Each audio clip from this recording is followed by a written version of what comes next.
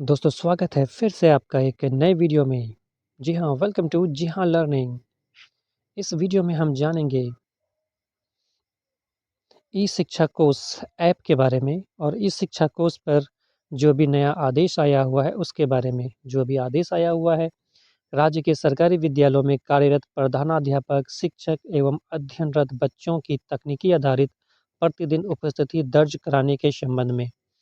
यानी अब जो हाज़िरी हम लोगों की बन रही थी रजिस्टर पर और बच्चों की जो बन रही थी, वो अब ऑनलाइन ई शिक्षा कोष ऐप के माध्यम से मोबाइल के थ्रू ही बनेगा। तो वो देखने में कैसा होता है ऐप और उस ऐप के द्वारा कैसे बनेगा, उसी के बारे में आज हम लोग थोड़ी बहुत जानकारी प्राप्त करेंगे। उस ऐप को खोलने के लिए हमें एक आईडी की ज़रूरत होती है और वो आईडी हमें कहाँ से मिलेगी, तो इसमें बताया गया है कि वो हेडमास्टर के द्वारा मिलेगा। आप हेडमास्टर से कॉन्टैक्ट करें। अब चूँकि मैं भी एक शिक्षक हूँ और नियोजित टीचर हूँ और मेरा आईडी मुझे प्राप्त हो चुका है। वो आईडी मुझे कैसे मिला था, मैं थोड़ा इसके बारे में जानकारी दे देता हूँ। लेकिन उससे पहले एक छोटा-सा रिक्वेस्ट, आप अगर हमारे चैनल पर नए आए हैं, तो प्लीज़ हमारे चैनल को सब्सक्राइब ज़रूर कर लें और अपने दोस्तों के साथ शेयर ज़रूर कर दें। आपको हम अच्छी-अच्छी जानकारी इस तरह से प्रोवाइड करते रहेंगे। दोस्तों, आपको अगर याद होगा तो हमने इससे पहले एक वीडियो शेयर किया था। उस वीडियो में हमने बताया था यूडाइस के बारे में। यूडाइस के बारे में आज हम क्यों बता रहे हैं? चूँकि यूडाइस ही इम्पोर्टेंट है, चूँकि जब तक वहाँ पर एंट्री नहीं हो जाती इस वीडियो के बारे में, जब तक यूडाइस पर एंट्री नहीं हो जाती, तब तक आपका ई शिक्षा कोष पर टीचर आईडी प्राप्त नहीं होता है। तो इस वीडियो को आप एक बार जाके ज़रूर चेकआउट कर लीजिएगा। यहाँ पर देख लीजिएगा कि किस तरह से एक शिक्षक का जो है यहाँ पर एंट्री होता है और यहाँ पर एंट्री होने के बाद यहाँ से सारा डेटा ऑटोमेटिक जो है ई शिक्षा कोष के ऐप पर चला जाता है और वहाँ से हमें टीचर आईडी प्राप्त होता है। तो ई शिक्षा कोष ऐप जो है, ई शिक्षा कोष ऐप का 2 वर्ज़न है। एक है ऑनलाइन ब्राउज़र के द्वारा और एक ऐप के द्वारा। ऑनलाइन ब्राउज़र के द्वारा अगर आप ओपन करते हैं, तो इस तरह का वेबसाइट खुल कर के आता है। यहाँ पर 3 तरह का ऑप्शन आते हैं, स्कूल, ऑफ़िशियल और अदर। स्कूल वाले जो है जिसका यूडाइस डाल करके अपना पासवर्ड डाल के स्कूल का सारा काम इसमें करते हैं और इसको लॉगिन करने के बाद इस तरह का इंटरफ़ेस दिखाई पड़ता है।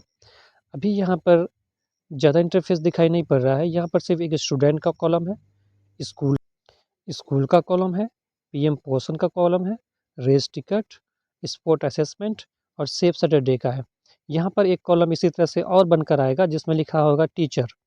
उस टीचर का कॉलम खुल जाने के बाद उस टीचर में जाकर के हेडमास्टर सभी अपने शिक्षकों का जो इस स्कूल में मौजूद होगा उसका आईडी प्राप्त कर सकते हैं। वो किस तरह दिखाई देगा? मैं आपको एक थोड़ा-सा झलक दिखा देता हूँ। इस तरह का होगा। लेकिन वो अभी ऑप्शन इसमें आया हुआ नहीं है। वो जैसे आ जाता है उसको खोलने के बाद इस तरह का ऑप्शन आ जाएगा।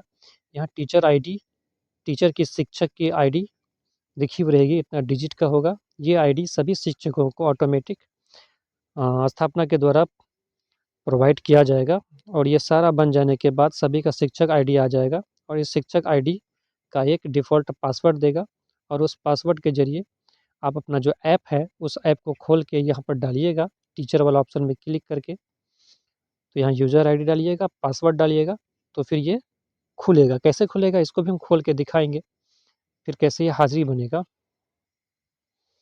तो इस तरह से आप समझ चुके हैं कि स्कूल के जो हेडमास्टर रहते हैं, उनका आईडी अलग होता है, जो अपना वो ब्राउज़र पे खोल के आपको सारा डेटा प्रोवाइड करेंगे और उनका भी ऐप आएगा, वो ऐप के द्वारा अपना भी लॉगिन करेंगे और ऐप के द्वारा हम शिक्षक भी अपना लॉगिन करेंगे, जो ऐप के माध्यम से होगा। तो चलिए, आइए देखते हैं कि वो ऐप कैसा होगा। जो ऐप होगा वो हमारा कुछ इस तरह से दिखाई पड़ेगा।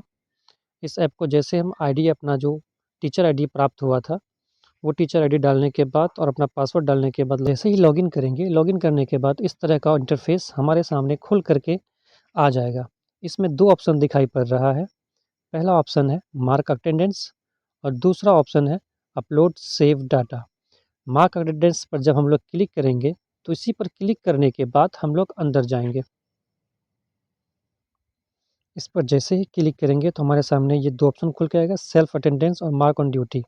सेल्फ अटेंडेंस जब हम लोग स्कूल में रहेंगे तो सेल्फ अटेंडेंस पर क्लिक करेंगे और इस पर क्लिक करने के बाद हमारा एक सेल्फ़ी कैमरा ऑन हो जाएगा और उसमें जैसे नोट कैम के थ्रू फ़ोटो खींचते हैं, वो हमारा एक फ़ोटो डेट, टाइम और लॉन्गिट्यूड, लैटिट्यूड के हिसाब से वो हमारा खींच करके अपलोड कर देगा और हमारे स्कूल में अटेंडेंस उसी टाइम का हो जाएगा। और ध्यान रहे कि ये तभी काम करेगा जब आप स्कूल के दायरे में रहेंगे, यानी स्कूल का जो बाउंड्री है वहाँ से 500 मीटर के अंदर में, अगर उससे दूर में रहेंगे तो ये ऐप काम नहीं करेगा। कैसे होगा वो देखते हैं। इस तरह से दिखाना शुरू कर देगा।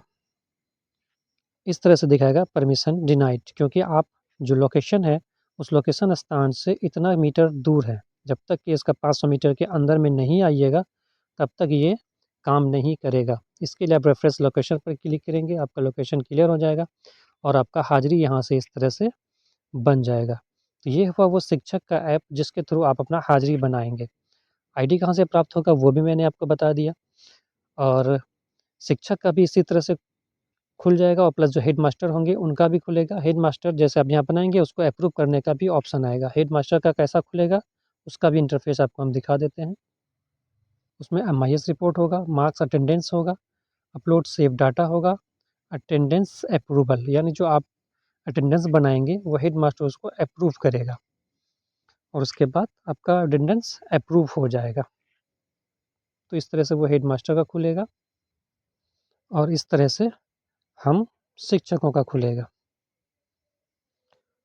तो सेल्फ अटेंडेंस के बारे में सीख गए। मार्क ऑन ड्यूटी क्या है? मार्क ऑन ड्यूटी वो ऑप्शन है, आप अगर आपको किसी और जगह पदस्थापित कर दिया जाएगा, आप स्कूल के काम में नहीं रहेंगे लेकिन फिर भी ऑन ड्यूटी रहेंगे, तो मार्क ऑन ड्यूटी वाले ऑप्शन पर क्लिक करके आप अपना हाज़िरी बनाएँगे कि आप दूसरी जगह पर है, चाहे इलेक्शन ड्यूटी में हो या कोई जनगणना में हो या कोई भी काम में हो, अगर आप रहते हैं, तो वहाँ मार्क ऑन ड्यूटी करके आप अपना दिखाएँगे कि हम ड्यूटी में हैं।